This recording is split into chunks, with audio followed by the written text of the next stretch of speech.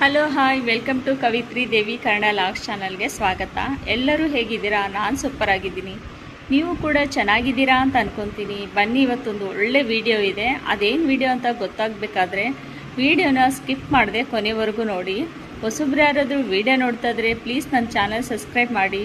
ಹಾಗೆ ವಿಡಿಯೋ ಇಷ್ಟ ಆದಲ್ಲಿ ಒಂದು ಲೈಕ್ ಕೊಡಿ. ಕಮೆಂಟ್ ಬಾಕ್ಸಲ್ಲಿ ವಿಡಿಯೋ ಹೇಗಿದೆ ಅಂತ ಕೂಡ ತಿಳಿಸೋದನ್ನು ಮರಿಬೇಡಿ. ಇವತ್ತು ನೋಡಿ, ನಾನು ಒಂದು ಹೂವಿನ ಬಗ್ಗೆ ಮಾಹಿತಿ ಕೊಡ್ತಾ ಇದ್ದೀನಿ. ಅದು ಯಾವ ಹೂವು ಅಂದರೆ ಕಣದಲೆ ಹೂವು. ಕಣದಲೆ ಹೂವು ಅಂತ ಕೇಳಿದ ತಕ್ಷಣ ಈ ಹೂವು ಮನೆ ಮುಂದೆ ಅಲಂಕಾರಕ್ಕೆ ಅಥವಾ ದೇವರಿಗೆ ಎಲ್ಲ ಏರಿಸ್ತಾ ಇರ್ತೀವಿ. ತುಂಬಾ ಚೆನ್ನಾಗಿದೆ ಹೂವುಗಳು ಕೂಡ. ಆಮೇಲೆ ವಿವಿಧ ಬಣ್ಣಗಳಿಂದ ಕೂಡ ಈ ಹೂವು ಇದೆ. ಈ ಹೂವನ್ನ ನಾವು ಹಲವಾರು ಕಡೆ ನೋಡಿರ್ತೀವಿ. ಇನ್ನೊಂದೇನೆಂದರೆ, ಈ ಹೂವಿನ ಬಗ್ಗೆ ಕೇರಳದಲ್ಲಿ ಈ ಹೂವನ್ನು ದೇವರಿಗೆ ಏರಿಸುವುದು ನಿಷೇಧ ಮಾಡಲಾಗಿದೆ. ಈ ಹೂವಿನಿಂದ ತುಂಬಾ ಹಾನಿಕರ ಇದೆ ಅಂತ ಹೇಳ್ತಾ ಇದ್ದಾರೆ.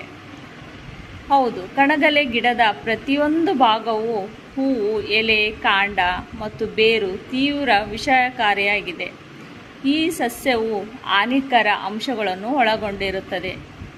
ಇದು ಮನುಷ್ಯರು, ಪ್ರಾಣಿಗಳ ಮೇಲೆ ಗಂಭೀರ ಪರಿಣಾಮ ಬೀರಬಹುದು. ಈ ಗಿಡದ ಬಗ್ಗೆ ತಿಳಿದುಕೊಳ್ಳಬೇಕಾದ ಕೆಲವು ಪ್ರಮುಖ ಅಂಶಗಳು ನೋಡೋಣ ಬನ್ನಿ. ಮಕ್ಕಳು ಮತ್ತು ಪ್ರಾಣಿಗಳು ಈ ಗಿಡದ ಬಗ್ಗೆ ತಿಳಿದುಕೊಳ್ಳಬೇಕಾದ ಕೆಲವು ಪ್ರಮುಖ ಅಂಶಗಳು ಇವೆ. ಈ ಗಿಡದ ಯಾವುದೇ ಭಾಗವನ್ನು ಮುಟ್ಟದಂತೆ ಅಥವಾ ಸೇವಿಸದಂತೆ ಜಾಗರೂಕತೆಯಿಂದ ವಹಿಸುವುದು ಬಹಳ ಮುಖ್ಯವಾಗಿದೆ. ಕಣಗಲೆ ಗಿಡವನ್ನು ಮುಟ್ಟಿದ ನಂತರ ಸೋಪಿನಿಂದ ಕೈಗಳನ್ನು ಚೆನ್ನಾಗಿ ತೊಳಿಬೇಕು. ಹಾಗೆ ತಿನ್ನುವುದಾಗಲಿ, ಹಾಗೆ ಅಡುಗೆ ಮಾಡುವುದಾಗಲಿ ನಾವು ಮಾಡಬಾರದು. ಇದನ್ನು ಸೇವಿಸಿದರೆ ವಾಂತಿ, ಹೊಟ್ಟೆ ನೋವು, ತಲೆ ತಿರುಗುವಿಕೆ ಮತ್ತು ಹೃದಯ ಬಡಿತದಲ್ಲಿ ವ್ಯತ್ಯಾಸ ಉಂಟಾಗುವ ಸಾಧ್ಯತೆ ಇರುತ್ತದೆ.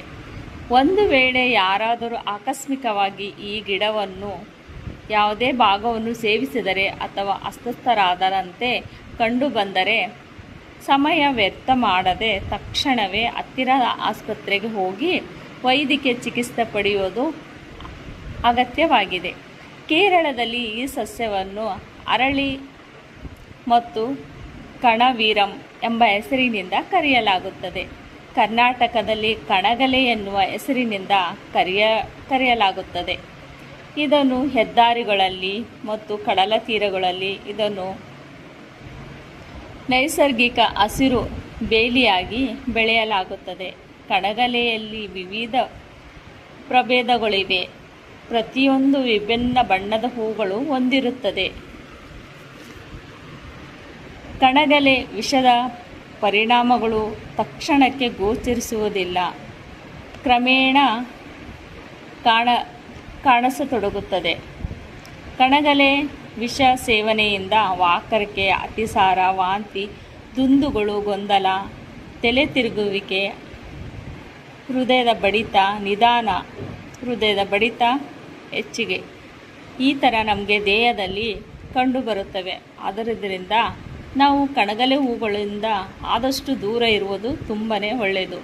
ಆಮೇಲೆ ಮಕ್ಕಳಿಗೂ ಅಷ್ಟೇ ಈ ಹೂಗಳನ್ನು ಮುಟ್ಟದಂತೆ ನೋಡಿಕೊಳ್ಳಬೇಕು. ಕೇರಳದಲ್ಲಿ ಈ ಹೂಗಳನ್ನು ಪೂಜೆಗಳಲ್ಲಿ ನಿಷೇಧ ಮಾಡಲಾಗಿದೆ. ನೋಡೋಕ್ಕೆ ಬಲು ಸುಂದರವಾಗಿರುವ ಈ ಹೂಗಳು ಇಷ್ಟೊಂದು ವಿಷಕಾರಿನ? ನಿಜವಾಗ್ಲೂ ತುಂಬಾ ಆಶ್ಚರ್ಯವಾಗುತ್ತದೆ.